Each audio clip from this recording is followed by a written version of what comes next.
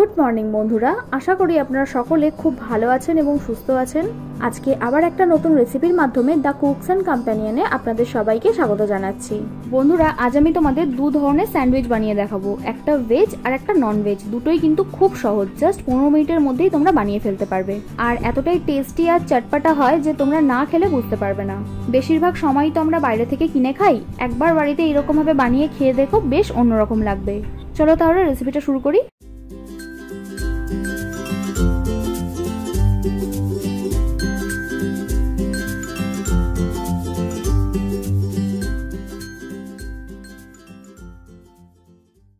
Veg স্যান্ডউইচটা আমি আলু দিয়েই বানাচ্ছি। তো প্রথমে একটা সেদ্ধ আলু এইভাবে ম্যাশ করে নেব। তোমরা ম্যাশার দিয়ে করতে পারো, আমি কাঁটা চামচ দিয়েই দেখাচ্ছি। তবে হাত দিয়ে চটকে মাখতে যেও না, এইভাবেই করো। আচ্ছা, ম্যাশ করা হয়ে গেছে। এবার এতে সামান্য পেঁয়াজ কুচি, কিছুটা গ্রেট করা গাজর, অল্প শসা কুচি, সামান্য ধনেপাতা কুচি, ঝাল অনুযায়ী কাঁচা লঙ্কা কুচি, একটুখানি রসুন কুচি, স্বাদমতো বিট নুন, সামান্য গোলমরিচ গুঁড়ো, একটা চটপটা টেস্ট আনার জন্য ম্যাগি মশলা, যদি পারো স্টাফিং এ একটু চিজ দিও, মেয়োনিজটা কিন্তু অবশ্যই দেবে, আর সামান্য টমেটো কেচাপ দিয়ে ভালো করে মিক্স করে নাও। নুন ঝালটা তোমরা একটু দেখে নিও, আর কিচ্ছু লাগবে না। এটাই কিন্তু একদম দুর্দান্ত খেতে লাগবে। যে কোনো ননভেজ স্টাফিং এর থেকে কিন্তু এটা কোনো অংশে কম নয়।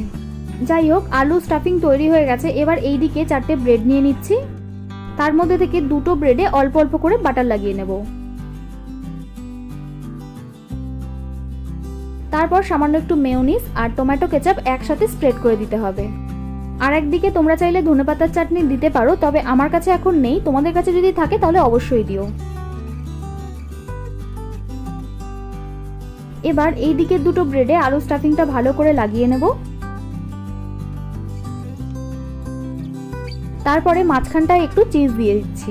এটা আমুলের মজারেলা চিজ, তোমরা চাইলে স্লাইস চিজও দিতে পারো। তারপর এর উপর একটু রিং রিং করে কাটা পেঁয়াজ, স্লাইস করে কাটা শসা আর টমেটো দিয়ে দিচ্ছি।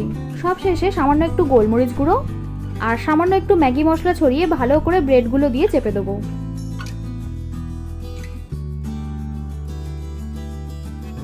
এবার তো এইগুলোকে একটু সেঁকে নিতে হবে, তাই জন্য একদিকটা একটু বাটার লাগিয়ে নিচ্ছি। তারপর চাটুতে দেওয়ার পর আরেকদিকে বাটার লাগিয়ে ভালো করে চেপে চেপে সেঁকে নেব। এমনভাবে সেঁকে নিতে হবে যেন উপরের লেয়ারটা একটু ক্রিস্পি হয়ে যায়। এই দেখো, ভেজ স্যান্ডউইচটা কি সুন্দর হয়ে গেল। এবার একটা এগ স্যান্ডউইচ বানিয়ে দেখাই। তার জন্য একটা সেদ্ধ ডিম লাগবে। এই ডিমটাকেও আলুর মতো করে কাঁটা চামচের সাহায্যে ম্যাশ করে নেব। একটু সময় নিয়ে করবে যাতে গোটা গোটা না থেকে যায়।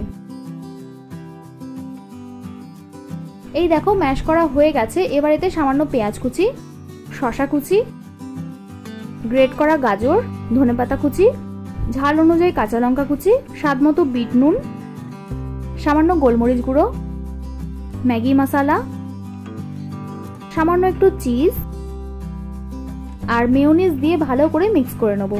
এতে কিন্তু আর টমেটো কেচাপটা দিলাম না। তোমরা তো বুঝতেই পারলে, আলু আর ডিম ছাড়া বাকি সব উপকরণই কিন্তু সেম। এখানে যদি তোমরা চিকেন স্যান্ডউইচও করো তাহলে আলু বা ডিমের বদলে সেদ্ধ করা চিকেন দিয়ে দেবে, সেটাও কিন্তু দারুণ লাগবে। আচ্ছা, এবারও ঠিক একইভাবে আমি 4টে ব্রেড নিয়ে 2টোতে বাটার লাগিয়ে দেব। তারপর টমেটো কেচাপ আর সব শেষে মেয়োনিজ।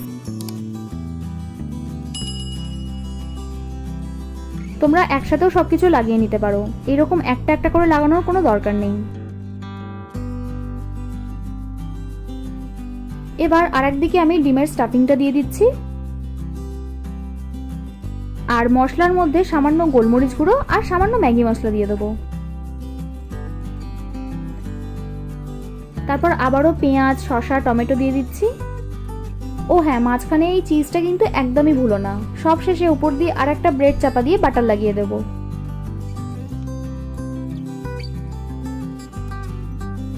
তারপর একইভাবে চাটুতে চেপে চেপে সেঁকে নেবে। একদম সেম প্রসেস। তোমাদেরকে কিন্তু একটু ধৈর্য ধরে এটা করতে হবে, তবেই কিন্তু স্যান্ডউইচের একটা বাইটেই সবকিছুর টেস্ট একসাথে পাবে। তখন দেখবে খেতে কত সুন্দর লাগবে।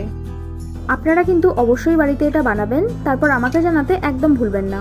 ভিডিওটা ভালো লাগলে একটা লাইক করবেন আর সাবস্ক্রাইব করে আমাকে আরও উৎসাহ দিন, যাতে এইরকম দারুণ দারুণ রেসিপি আপনাদের কাছে প্রতিনিয়ত আনতে পারি। আমি রান্নায় যা যা উপকরণ ব্যবহার করেছি সেগুলো আপনারা সব ডেসক্রিপশনে পেয়ে যাবেন।